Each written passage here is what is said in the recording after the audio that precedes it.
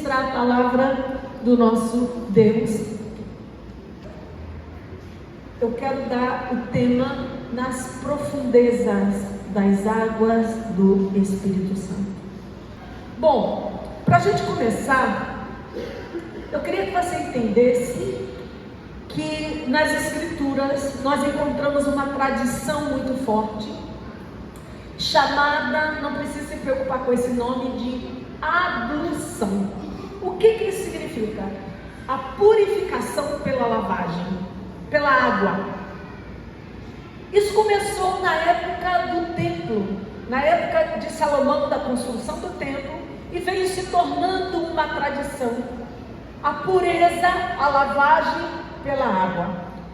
E essa prática, ela vem se estendendo até os tempos de Jesus, e até hoje ela acontece principalmente com os judeus mais ortodoxos. E ela, na época de Jesus, principalmente os fariseus, eles eram muito ligados a essa tradição. Não há um fundamento bíblico específico, não era algo que estava na lei de Moisés, mas foi uma tradição que foi passando de geração em geração, desde a construção do templo até os dias de hoje, mas principalmente na época de Jesus. Haviam duas maneiras dessas abluções.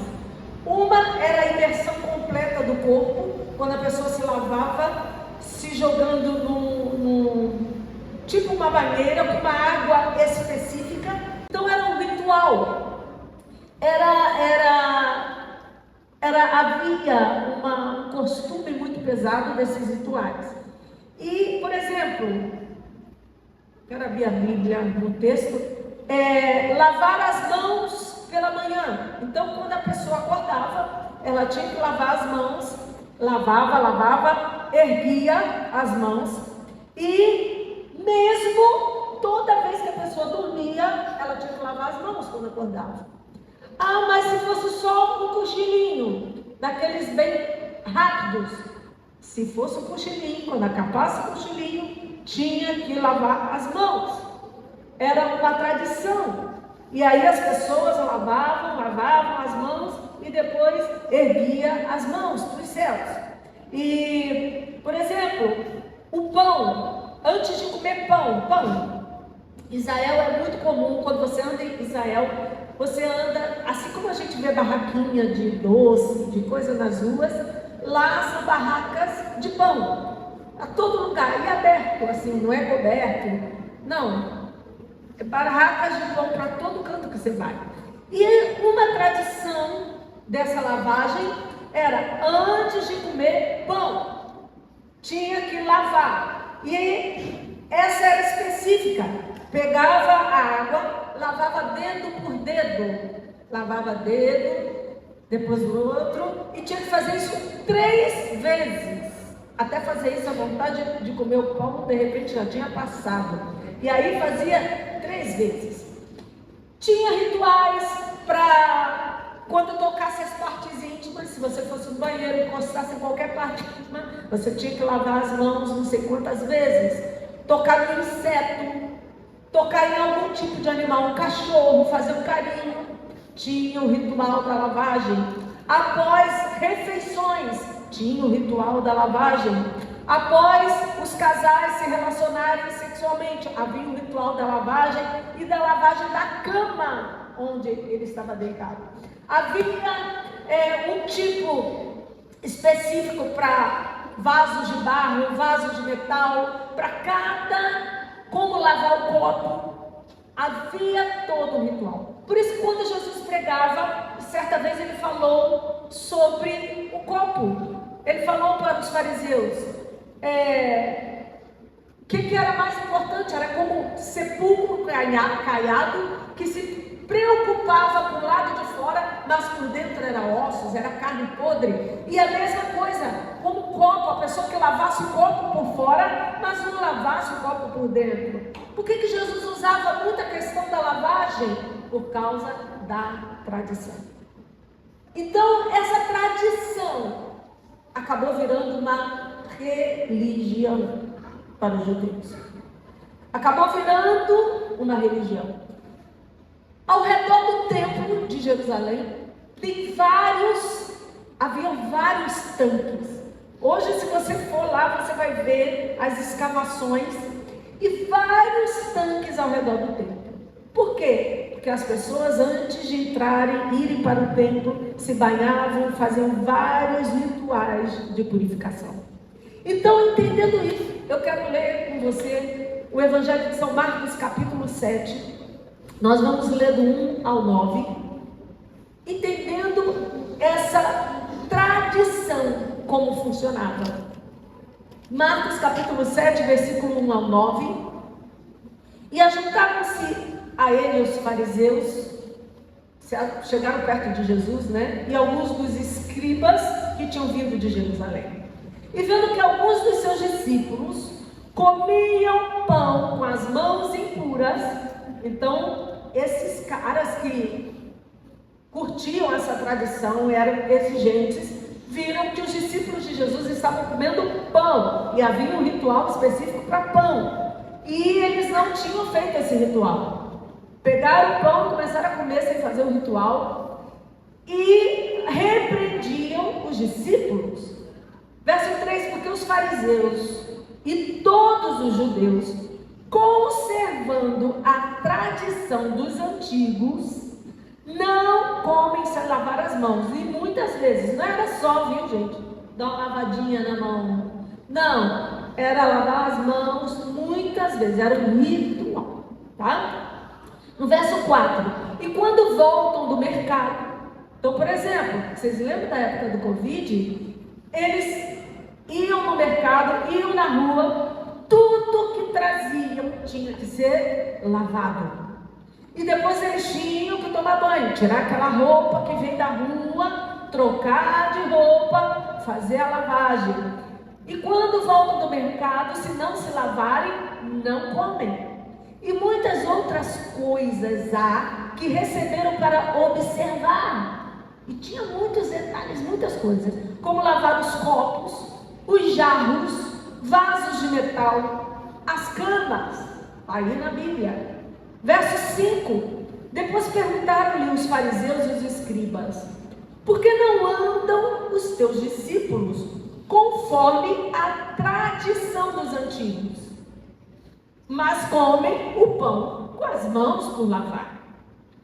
E Jesus respondendo disse-lhes, bem profetizou Isaías acerca de vós, hipócritas, como está lá escrito no profeta Isaías, este povo honra-me com os lábios, mas o seu coração está longe de mim. Em vão, porém, me honram, ensinando doutrinas que são mandamentos de homens. Porque isso não estava na lei de Moisés, isso não estava na Torá. Isso foi uma doutrina que os líderes religiosos, que os antigos ensinaram e ficavam ensinando ao povo e cobrando das pessoas. E as pessoas, eles começavam a cobrar, e Jesus chamou de hipócritas, né? Em vão, porém, me honram, ensinando doutrinas que são mandamentos de homens. Verso 8, porque deixando, o que Jesus começa a mostrar aqui? Vocês estão mais preocupados com a tradição, porque os mandamentos mesmo vocês não cumprem. Deixando o mandamento de Deus, lá nos 10 mandamentos, vocês deixam de fazer, vocês deixam de cumprir. Retendes a tradição dos homens. Ficam preocupados quantas vezes tem que lavar a mão, quantas vezes tem que lavar o pé, quantas vezes tem que levantar a mão para cima, quantas vezes tem que abaixar a mão, quantas vezes tem que andar para lá, andar para cá. E os mandamentos mesmo, vocês não cumprem. E Jesus começou a falar isso. E deixando o mandamento de Deus, retendes a tradição dos homens, como lavar dos jarros e dos copos. E fazeis muitas outras coisas semelhantes a essas. E dizia-lhes, bem invalidais o mandamento de Deus para guardardes a vossa tradição. Ou seja, chegou uma hora que a tradição foi tão forte, que os mandamentos de Deus deixavam de ser cumpridos por causa da tradição. Vamos ler só no versículo 10, olha isso. Porque Moisés disse, isso aqui era mandamento, que Moisés deu: honra teu pai e tua mãe, está lá nos 10 mandamentos. Mas o que eles faziam? E Moisés ainda dizia: quem maldisser o pai ou a mãe, morra de morte. Mas aquele que honrar pai e mãe ia viver muito tempo, e quem não honrava, que morra de morte. Aí vem o verso 11: mas vocês dizem o quê? Diferente de Moisés, vocês não falam o que o mandamento ensina. Vocês dizem o quê? Se um homem disser ao pai ou à mãe: aquilo que poderias aproveitar de mim é corbã, isto é, oferta ao Senhor. Vou explicar em outra versão.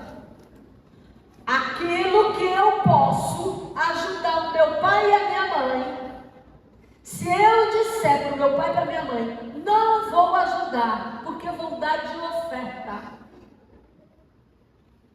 eu não vou ajudar vocês, pai e mãe, não vou ajudar a comprar comida, pai e mãe. Por quê? Porque o dinheiro que eu tinha, que era para ajudar você, eu vou dar de oferta.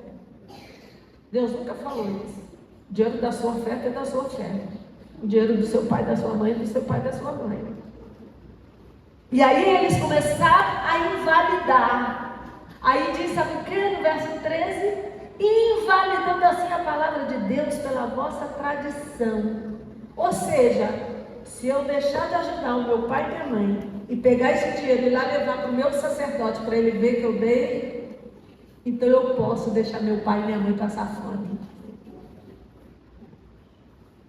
E invalida o que Moisés disse: honra teu pai e tua mãe. Dessa forma, a tradição, a religião se infiltrou no povo de Israel, assim como se infiltra em nosso meio. Os costumes, muitas coisas que fazemos que a Bíblia nunca nos ensinou. Hábitos, a maneira dos cultos, como cultuamos, como fazer. Só que a tradição dos anciãos e a própria religião de lavagem, que o homem tinha que ficar se lavando, ela alcançava o corpo do homem, mas não podia tirar a contaminação da alma, e muito menos alcançar o espírito. E aí, Marcos 7, versículo 15, Jesus diz assim no verso 15: nada há fora do homem que entrando nele o possa contaminar, mas o que sai dele, isso é que contamina o homem. Que Jesus estava falando: vocês estão preocupados com as coisas, lava a mão, lava o corpo, de ficar contaminado com quem? Sabe o que contamina? Não é o que vem de fora. Apesar da gente saber que se você botar a mão em algo sujo, botar na boca, você vai adquirir bactérias. Mas Jesus não estava falando disso. Jesus estava falando do interior do homem, do espírito do homem, da alma do homem. E ele dizia: sabe o que contamina? É aquilo que está dentro do coração.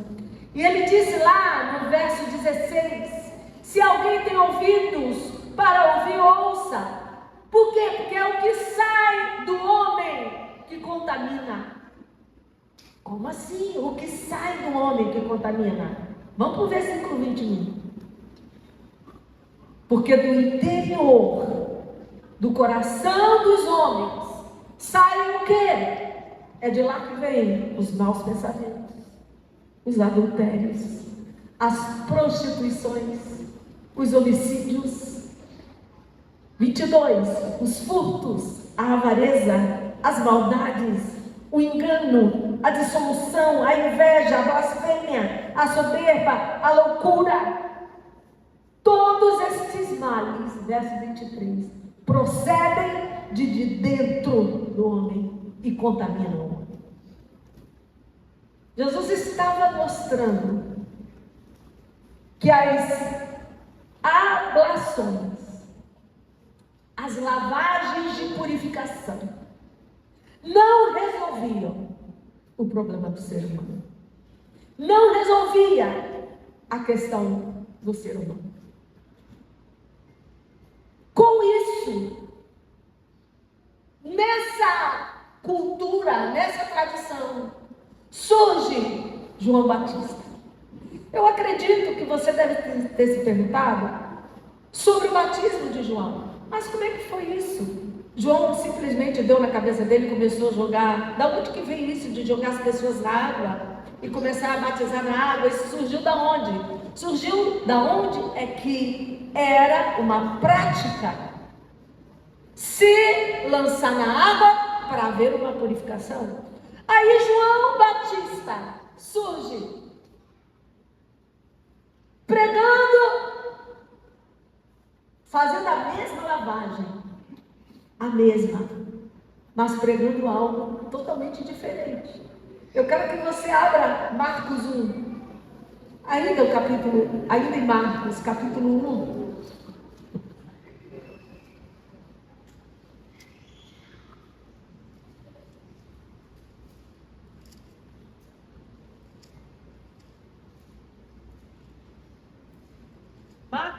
Marcos capítulo 1, do verso 6 ao verso 8. Verso 6. E João andava vestido de pelos de camelo e com um cinto de couro. Não, Marcos 1, 3 a 5, perdão. 3 a 5. Voz do que clama no deserto: preparai o caminho do Senhor, endireitai as suas veredas. 4. Apareceu João batizando no deserto e pregando o batismo. Só que esse batismo era diferente. Era um batismo de quê que está escrito? Arrependimento. Eu não vou lavar as mãos várias vezes, porque tenho que lavar, porque meu pai me ensinou assim, meu avô me ensinou assim, e eu vou ensinar isso para os meus filhos. Não, era um batismo de arrependimento. Cadê? Apareceu João batizando no deserto, pregando batismo de arrependimento para remissão de pecados. Porque até então, todas as lavagens de purificação eram usadas simplesmente para purificar as mãos, o corpo de uma relação entre casais, purificar as mãos para comer pão. E de repente aparece um profeta batizando e dizendo: esse batismo é um batismo que vai mudar a sua vida. Esse batismo é um batismo que você vai confessar os seus pecados. Esse batismo você vai se arrepender e os seus pecados serão perdoados. E as pessoas começaram a ir até onde João estava, lá no deserto. E as pessoas que procuravam João, diferente de tudo, quando iam deitar a água, já não mais várias vezes, mas apenas uma vez, chegavam ali, confessavam os pecados para o profeta. Ao confessar os pecados, elas entendiam que eram responsáveis por aqueles pecados. E ali elas se arrependiam. Você está arrependido? Estou arrependido. E quando João deitava essas pessoas na água, ele dizia: os seus pecados estão perdoados. Foi um batismo que revolucionou, porque o que mais você via em Jerusalém eram as pessoas se lavando. Eram as pessoas lavando o corpo todo, lavando o pé, lavando a mão. Era o tempo inteiro. E aí João vem e diz: basta que você se arrependa e uma vez você seja lavado na água do arrependimento. O batismo das águas que João trouxe era chamado de batismo de arrependimento. Ia muito além da lavagem do corpo. As pessoas confessavam os seus pecados e, quando mergulhavam nas águas, sepultavam os pecados nas águas do batismo. Hoje nós dizemos que o batismo significa sepultamento de pecados, mas quando ele começou na época de João, as pessoas não viam dessa forma, e João começou a ensinar que era um batismo de arrependimento. E o que significa confessar pecados antes de descer as águas? Significa, quando você confessa, que você assume a culpa. Eu confesso porque eu pequei, porque eu assumo a responsabilidade. E aí, você reconhece a culpa, você se autorresponsabiliza. E com isso você pode abandonar. Sabe o que acontece com a maioria das pessoas? Por que elas não abandonam os pecados? Primeiro, que elas têm dificuldades em reconhecer os seus pecados, em admitir que erraram. O ser humano tem dificuldade de admitir que errou, que pecou. Ele vai logo justificar. Não era certo, mas eu fiz isso por causa disso.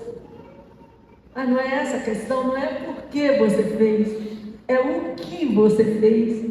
E quando faz, eu sou um pecador. E quando você confessa, o ato de confessar pecados dá a você a responsabilidade sobre esse pecado.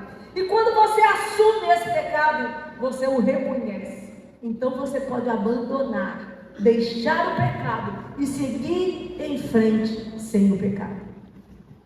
O batismo nas águas, ele veio transformar a alma do pecador, além do corpo. Ele veio transformar a mente. Diz Romanos 12, 1, 2, que devemos ter a mente transformada, a mente renovada, abandonando os pecados, caminhando pela transformação da nossa mente. E quando nos batizamos nas águas, a mente é transformada, as emoções são transformadas, a nossa vontade, os nossos desejos são transformados.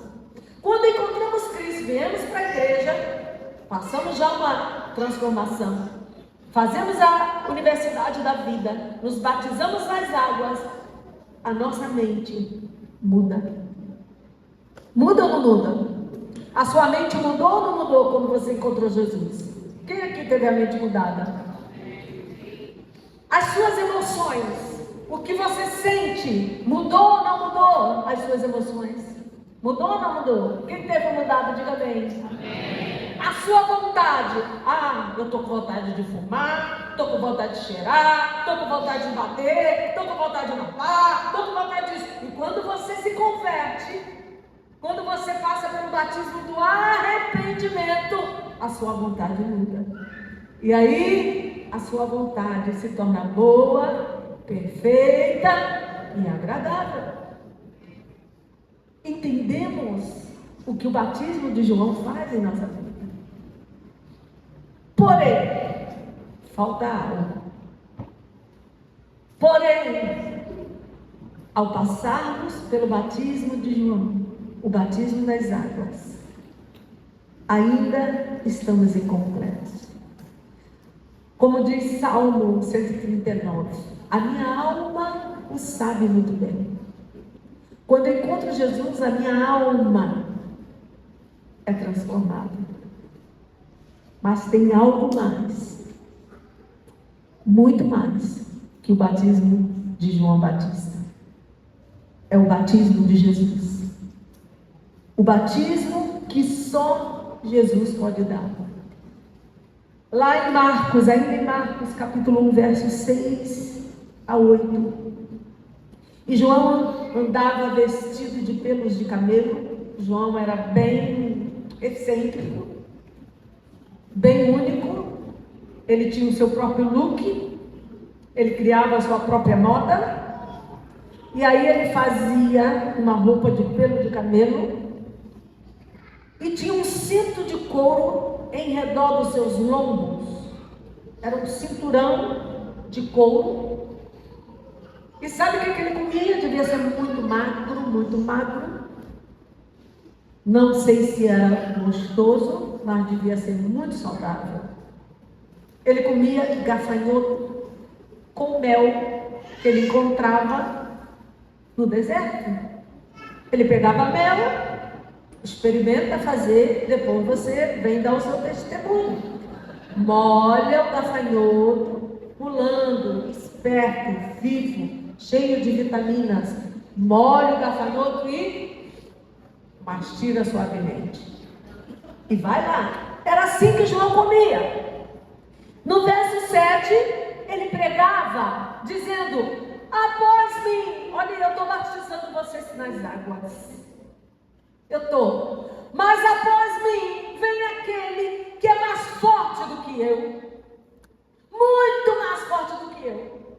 E eu não sou digno de abaixar e amarrar a correia das sandálias dele. De tão poderoso que ele é. De tão poderoso que ele é. E ele diz no verso 8: eu, João, em verdade, eu estou batizando vocês com água. Eu tenho batizado vocês com o batismo do arrependimento. Porém,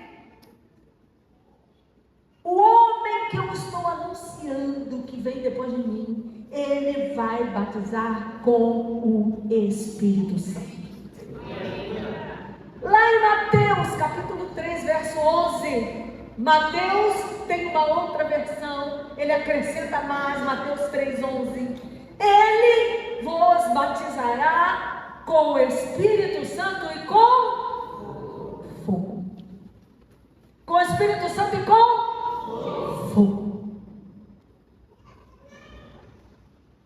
Esse batismo, batismo de Jesus,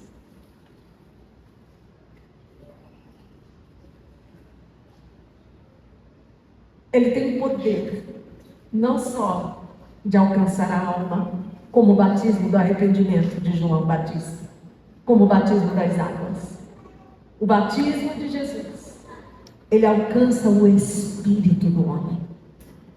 O batismo com o Espírito Santo, ele é feito no teu espírito. O batismo com o Espírito Santo é realizado no teu espírito. É ele que tira você da fé natural e leva você para uma fé sobrenatural. Vamos ler em Atos capítulo 2. Atos capítulo 2 eu vou ler numa versão um pouco diferente. Você acompanha a versão ARA aqui atrás e eu vou ler a NTLH, linguagem de hoje. Atos capítulo 2, verso 4.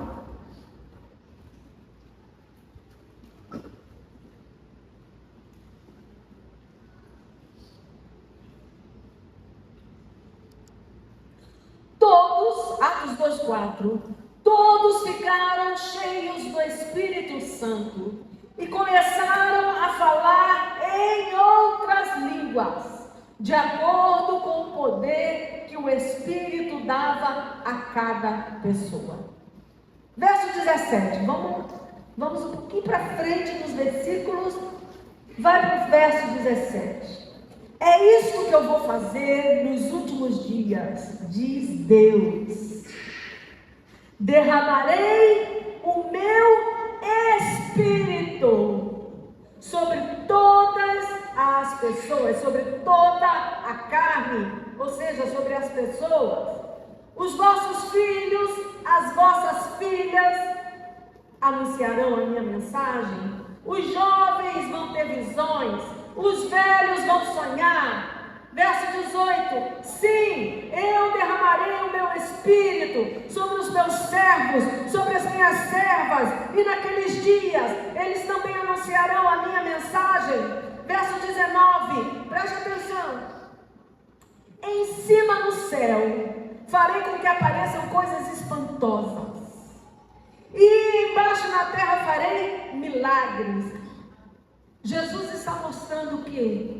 Que o batismo com o Espírito Santo era para um tempo específico. Para que tempo era este? Aqui, o Espírito vai vir sobre vocês, e vocês fiquem atentos, porque em cima no céu farei com que apareçam coisas espantosas, embaixo na terra farei milagres, haverá sangue e fogo e nuvens de fumaça, o sol ficará escuro, a lua se tornará cor de sangue, antes que chegue o grande e glorioso dia do Senhor.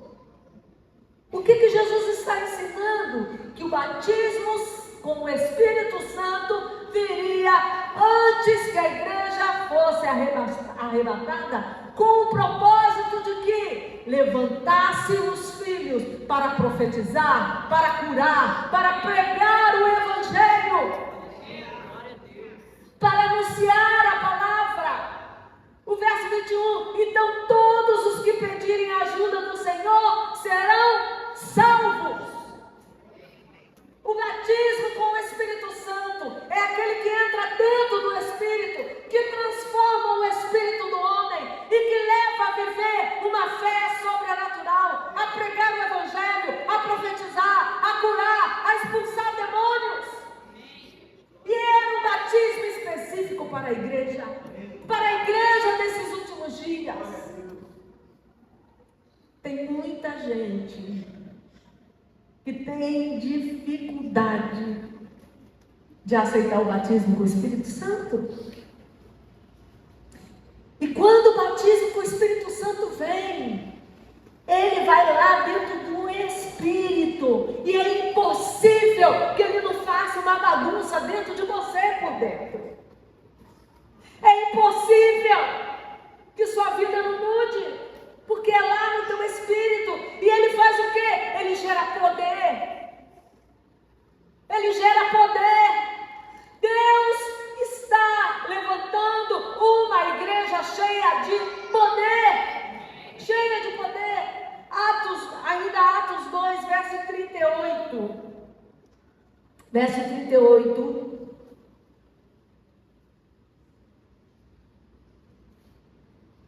Pedro respondeu.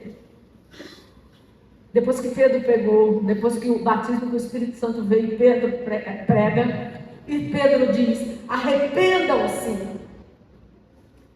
Batismo de arrependimento, o batismo de João, batismo das águas. Então, se arrependam, passem pelas águas, nasçam das águas, e depois, cada um de vocês, não fique só no batismo das águas. Quem aqui já se batizou nas águas? Levanta as mãos. Passaram pelo batismo de João. Glória a Deus. Quem aqui já foi batizado com o Espírito Santo? Levanta as mãos. Mas ainda tem gente que precisa. Você não pode ficar só no batismo das águas. Você precisa do batismo com o Espírito Santo. E Pedro disse: arrependam-se. Cada um de vocês seja batizado em nome de Jesus Cristo, para que seus pecados sejam perdoados. Ok, passei pelo batismo das águas, meus pecados são perdoados. E vocês, depois disso, receberão de Deus o batismo com o Espírito Santo.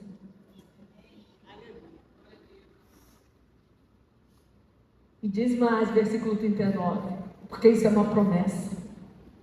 Deus deixa de cumprir alguma promessa, irmãos? Deus deixa de cumprir alguma promessa? Levanta a sua mão direita, diga assim: Deus fez uma promessa para mim. Então escute isso, pois essa promessa é para vocês, é para os filhos de vocês, não é só para você não, é para os seus filhos, para todos que estão longe e para todos aqueles que Deus ainda vai chamar, que serão batizados com Espírito Santo e com fogo. É uma promessa. É uma promessa que gera poder. Então, o que eu quero que você entenda? A tradição, a religião, batiza o corpo nas águas. Muita gente que passou pelas águas, passou por uma religião. Passou pelas águas e depois de passar pelas águas desviou. Depois de passar pelas águas, voltou a pecar. Foi apenas uma ablução, aquela tradição lá atrás dos anciãos. A tradição da batiza o corpo. O batismo nas águas de João, ele alcança a nossa alma, ele muda, transforma a nossa alma. A alma que precisa de resgate, a alma que precisa de salvação, a alma que precisa ser perdoada. Agora, o batismo com o Espírito Santo, o batismo de Jesus, que acontece no nosso espírito, ele vem para selar você, selar a sua salvação e garantir que você vive em santificação e será levado para o céu. É isso que ele faz. Quer ver? Vamos ler Evangelho de João, capítulo 3, versos 5 e 6. Evangelho de João, capítulo 3, versos 5 e 6. Jesus disse: eu afirmo ao Senhor que isso é verdade. Ninguém pode entrar no reino de Deus se não nascer da onde? Não ouvi. Quantas vezes você leu e ficou se perguntando: o que é nascer da água e do Espírito? O que é isso? Nascer da água e do Espírito? Está falando dos dois batismos. Você não pode entrar no reino de Deus se não nascer da água e do Espírito. Se sua alma não for transformada e o seu espírito for selado pelo Espírito Santo. Quem está entendendo a palavra? Verso 6. Quem nasce de pais humanos é um ser de natureza humana. Mas quem nasce do Espírito, não é da alma não é só o batismo nas águas não, é o batismo com o Espírito Santo. Quem nasce do Espírito passa a ser um ser de natureza espiritual. Passa a ser um ser de natureza espiritual. O batismo na água te limpa. Te limpa. O batismo com o Espírito Santo te santifica. Amém? Então a água, por meio de João, da confissão de pecados, de arrependimento.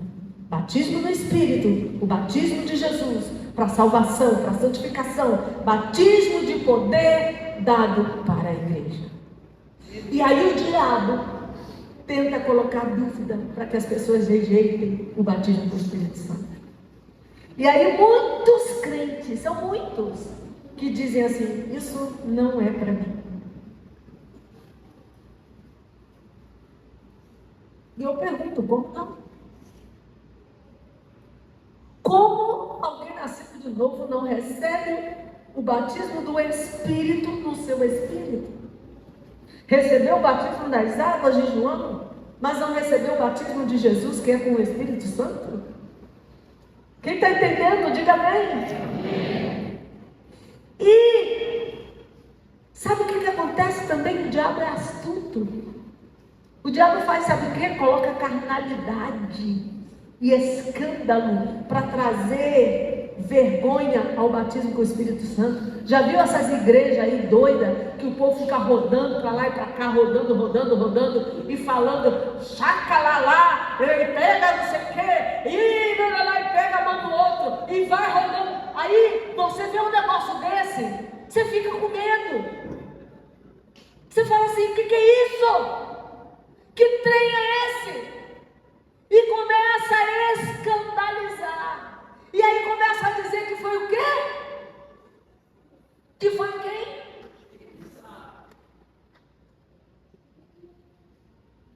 Irmãos, isso é sério pra caramba. Sabe o que Jesus diz? Para tudo tem perdão. Mas para quem pega a obra do Espírito Santo e diz que é do diabo, esse não tem perdão. E o inverso. Pessoas que manifestam espíritos imundos e a pessoa está dizendo que é batismo do Espírito Santo. E isso faz com que as pessoas comecem a rechaçar o batismo do Espírito Santo e falar, não quero esse negócio não. Achando que é um troço do outro mundo. É do outro mundo sim, porque vem do céu. Aqui que ele faz? Você não está no centro espírita não. O diabo não toma lá no centro espírita o corpo da pessoa, joga o corpo para lá, joga o corpo para cá. O Espírito Santo é assim não. Ele é cavalheiro. Ele move, ele faz você chorar, ele faz você gemer. E se você disser, não vou falar em língua, você não vai falar. E como é que é esse negócio? Como é que é? Quem aqui já sentiu vontade de dizer glória a Deus? Alguma vez? Só ela aqui? Quem aqui já sentiu vontade de dizer? Quem já sentiu vontade de dizer glória a Deus e não disse alguma vez? Eu já. Quem já sentiu vontade de falar aleluia alguma vez e não falou? Você foi obrigado a falar? Não, eu não falei porque eu não quis. Mas senti vontade, o Espírito Santo me obrigou a falar? Não. E quem aqui já sentiu vontade e falou? Glória a Deus, aleluia. Foi bom? As línguas são a mesma coisa. Ah, como é que é, apóstolo? Eu não vou sair dos meus sentidos? Não vou perder o juízo? Não vou sair rolando para lá e para cá? Não vou dar 10 rodadas para a direita, 10 rodadas para a esquerda e depois cair para o lado? Não. É como dar glória a Deus e aleluia em outras línguas que você não conhece. É glorificar a Deus numa língua que você não conhece. E muitos já sentiram o desejo de fazer isso e não tiveram coragem e não fizeram. É assim que funciona. Por quê? Porque o diabo trabalha dizendo que você não pode receber esse batismo para não ser selado no seu espírito. Até quando você não vai entender que é o Espírito Santo que fala com você? Até quando você vai dizer que não é o Espírito Santo, que é o inimigo? Até quando você vai chamar o Espírito Santo de inimigo? Porque é o que muitos fazem. Vai chegar uma hora que ele será procurado e não será encontrado. Então, recebam enquanto podemos achar. E para concluir, eu quero que você entenda. Você é o templo do Espírito Santo. Diga assim, eu sou o templo do Espírito Santo. Então preste atenção. Ao ser enviado do céu, o Espírito Santo veio do céu, Jesus subiu, ele desceu 10 dias depois. Quando ele desce, ele precisava de um templo para morar. O Espírito Santo não fica andando no ar, não. Ele precisava de um lugar para morar. E aí ele precisava de um tabernáculo. De um tabernáculo. Atos capítulo 17. Vamos olhar para você entender isso definitivamente na sua vida. Atos 17, verso 24. Deus que fez o mundo e tudo que nele existe, é o Senhor do céu e da terra e não mora em templos feitos por seres humanos. Por muito tempo, Deus habitou lá no tabernáculo, no templo, lá no lugar santíssimo, até o véu ser rasgado.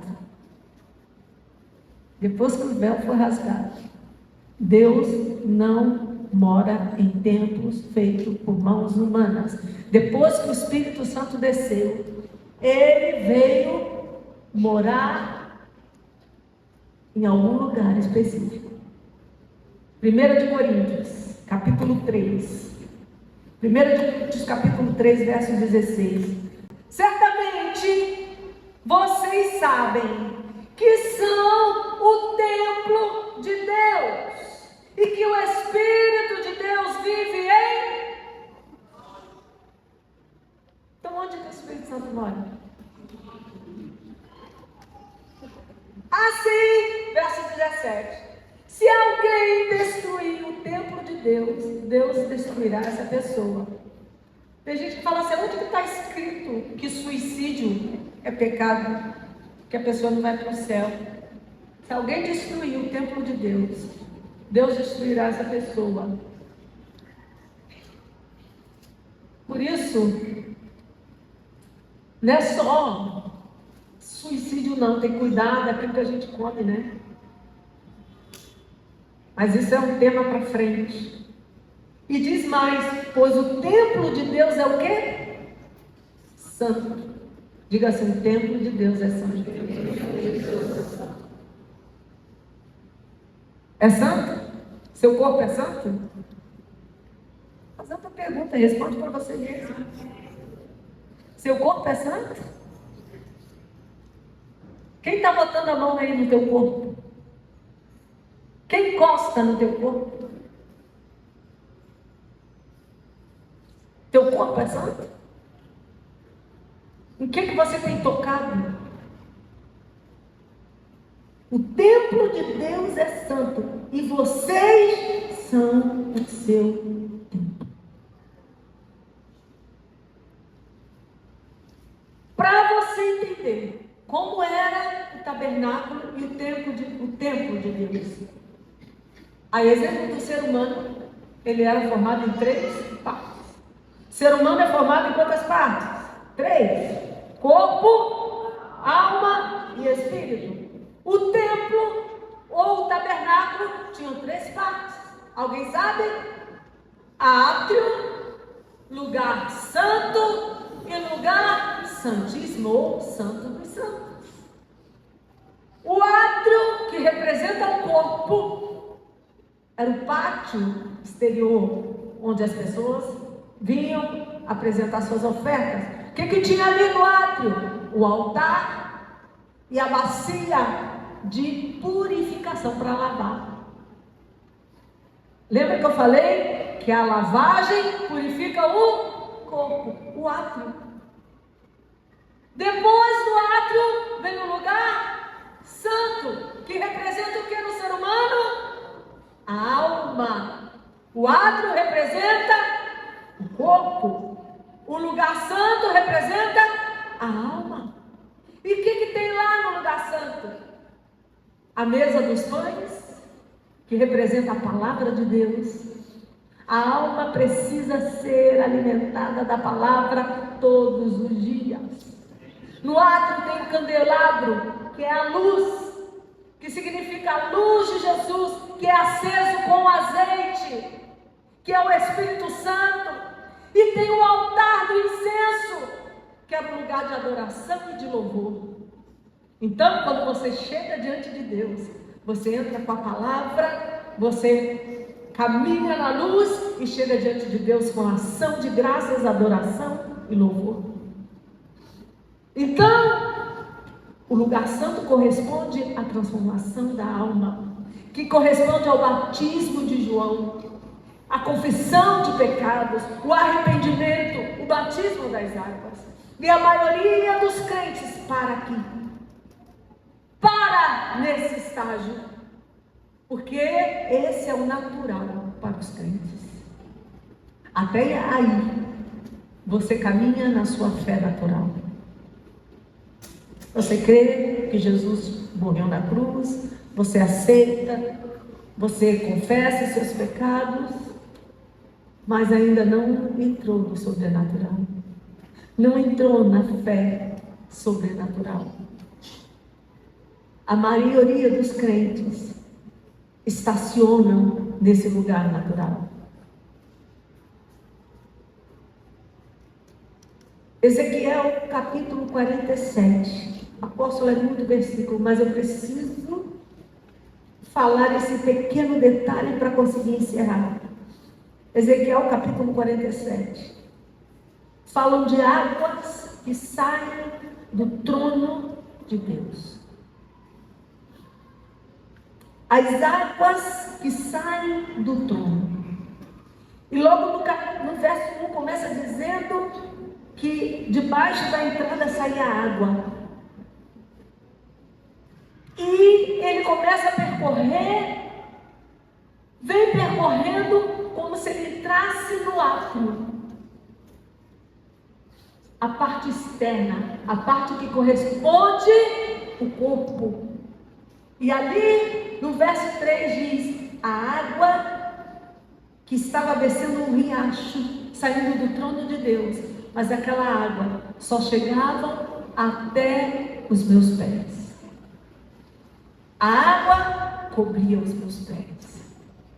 Mas conforme ele saía do átrio, saía do pátio, passava pelo batismo do arrependimento, pela confissão dos pecados, por deixar os pecados, entrando no lugar santo, se alimentando da palavra, entendendo que a luz é Jesus, entrando com louvor, com adoração, no lugar santo, a água, como diz em Ezequiel, no verso 4, chega até a cintura.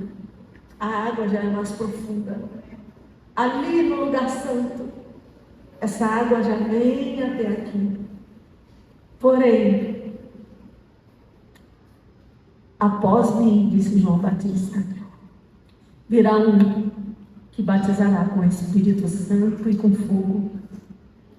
É esse batismo que representa o lugar santíssimo, o santo dos santos, o lugar onde homem nenhum poderia entrar, o lugar onde estava a arca da aliança, o propiciatório, onde a presença de Deus descia ali, onde a Shekinah se derrama. É um lugar muito mais profundo, é um lugar que ultrapassa o teu corpo, ultrapassa a tua alma, é um lugar que alcança o teu espírito, é a parte que só entramos em espírito, é a parte que só conseguimos fazer por meio do Espírito Santo, como diz Ezequiel 47, verso 5, o rio era tão fundo que eu não podia atravessar, era fundo demais para ser atravessado a pé, a não ser a nado, eu tinha que nadar. E aí ele me diz, homem mortal, fica ligado nisso, porque aqui você tem que nadar nas profundezas dessas águas. É para quem quer aprender a nadar, é para quem quer viver nas profundezas do Espírito Santo. As águas profundas do Espírito, que só o Espírito Santo pode nos levar, que só o batismo com o Espírito Santo nos leva. E no versículo 8 de Ezequiel 47, então ele me disse, esta água corre para o leste, desce para o Rio Jordão e vai até o Mar Morto. Todo mundo sabe que o Mar Morto está secando. Está secando. E este ano de 2023 para cá, começaram a nascer água doce do Mar Morto. E já tem peixe na água doce do Mar Morto. E aqui está a profecia em Ezequiel capítulo 47, verso 8. Quando entra neste mar, o Mar Morto que não tem nada, não tem vida, só sal. Quando o rio desce e chega nesse lugar, ele faz com que a água salgada do mar vire água doce. Verso 9, em todo lugar por onde esse rio passar, haverá todo tipo de animais e de peixes. O rio fará com que as águas do Mar Morto fiquem boas, vai trazer vida por onde passar. Se você quer vida, se você quer poder, se você quer unção, você precisa passar pela experiência do Espírito Santo. Você não pode conseguir isso sem o Espírito Santo. Você não consegue isso sem o Espírito Santo. Você precisa do Espírito Santo. Quantos aqui amam e desejam o Espírito Santo? Clamem por Ele, falem com Ele, chamem-nos por Ele. A ciência pode transformar o corpo. A religião pode até melhorar a alma do homem, mas só o Espírito Santo transforma o espírito. Só o Espírito Santo alcança o nosso espírito. E aí não é só uma transformação da mente, é a transformação da consciência. Não é só uma transformação da vontade, é a transformação do discernimento espiritual. E não é só as emoções, é a comunhão, é o lugar onde eu e Deus nos tornamos um pelo Espírito Santo. Deus quer ser um com você por meio do Espírito Santo. Deus quer ser um com você. E para encerrar, eu vou ler o último versículo. Eu vou pedir que você fique de pé. Nós vamos ler ele de pé. Romanos capítulo 8, verso 14. Romanos capítulo 8, verso 14. Eu orei muito, irmãos. Veja se vocês entendem. Os pregadores, quando vão ministrar a palavra, eles oram por si. Senhor, me usa. Senhor, me abençoa. Senhor, tenha misericórdia de mim. Senhor, me dá a tua palavra. Mas eu não consigo entender dessa maneira. Claro que eu pedi por mim, mas eu pedia pela igreja. O que eu pedia era: Senhor, fala com a tua igreja. Senhor, acorda as pessoas. Senhor, você já viu que as pessoas não se impactam mais com as suas coisas? Senhor, Espírito Santo, as pessoas reagem à sua palavra com indiferença muitas vezes. E quando eu cheguei aqui, vi elas montando a questão das águas, o louvor, a dança foi em cima dos louvores das águas profundas. Eu falei: Deus tinha um propósito com essa palavra. Mas o maior propósito de Deus, querido, é acordar você, é mergulhar você nas águas dele, é fazer você sair do seu lugar, seja você no átrio, seja você no lugar santo, ou quem sabe você recebeu o batismo do Espírito Santo, mas o fogo apagou. Não sei. Não sei. Olha o que o apóstolo Paulo fala, Romanos 8, 14. Pois aqueles que são guiados pelo Espírito de Deus são filhos de Deus. Por que você precisa dessa experiência com o Espírito Santo? Se você quer ser filho, você precisa dessa experiência.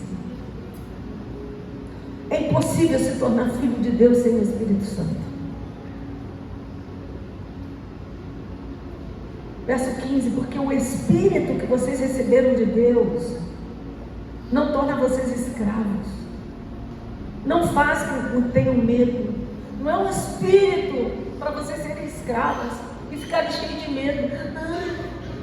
Pelo contrário, o Espírito torna vocês filhos de Deus. Você já viu a diferença de alguém que é um convidado seu na sua casa e de um filho dentro da sua casa, o comportamento? Como é que você se comporta na casa do seu pai e da sua mãe? E por mais que você tenha intimidade com algumas pessoas, o fato de você não ser filho não te dá muita intimidade. O que Deus quer que você seja filho dele. Mas você só se torna filho pelo Espírito Santo, que dá o espírito de adoção de filhos. Você precisa mergulhar nas águas do Espírito. No verso 16, o Espírito de Deus se une com o nosso espírito. Então, como é que acontece isso? Como é que eu batizo com o Espírito Santo? Como é que eu me torno filho de Deus? Nicodemo estava em dúvida como é que é nascer de novo da água e do Espírito. Porque o Espírito de Deus vai lá no teu espírito e se une com você. E junto, ele afirma: somos filhos de Deus. Eu não tenho dúvida da minha salvação, não. Por quê? Porque exatamente agora, quem foi mergulhado nas águas do Espírito, o Espírito está testificando aí: você é filho de Deus. Se Jesus voltar agora, eu tenho certeza que eu vou para o céu. Se eu morrer essa noite, eu também vou para o céu. Por quê? Porque o Espírito que está aqui dentro está dizendo que eu sou filho de Deus. Ele se uniu no meu espírito. E no verso 17, nós somos seus filhos. Diga: eu sou seu filho. Diga mais uma vez para ele. Diga: Espírito Santo, testifica no meu espírito que eu sou filho de Deus. Me batiza no meu espírito com o teu espírito. Entra no meu espírito. Espírito Santo, vem no meu espírito. Nós somos seus filhos e por isso receberemos as bênçãos que Ele guarda para o seu povo. E também receberemos com Cristo aquilo que Deus tem guardado para Ele. Porque se tomamos parte dos sofrimentos de Cristo, também tomamos parte da glória de Cristo. Essa é a palavra de Deus para a sua vida hoje, querido. Não se contente em ficar no lugar santo. Ele está chamando você para águas mais profundas. Não se contente em estar onde você está. Entre mais. Vai mais fundo. Vai mais fundo. Não se contente em ter água nos seus pés. Vai mais fundo. Não se contente em ter água na sua cintura. Vai mais fundo. Não se contente em ter água até aqui no pescoço. Vai mais fundo. Mergulha. Mergulha nas águas do Espírito. É lá que você tem que estar. Sinta as águas do Senhor hoje aqui sobre você. Sinta as águas do Espírito jorrarem do trono do Senhor. Se santifique, passe pelo arrependimento, passe pelo átrio, vem se limpando, vem largando os pecados para trás, vem confessando, e vem entrando no lugar onde não há mais separação. Mas você precisa chegar lá limpo, e isso só por meio do Espírito Santo. Espírito Santo batiza com fogo, batiza com fogo, batiza com fogo, batiza com fogo, batiza com fogo.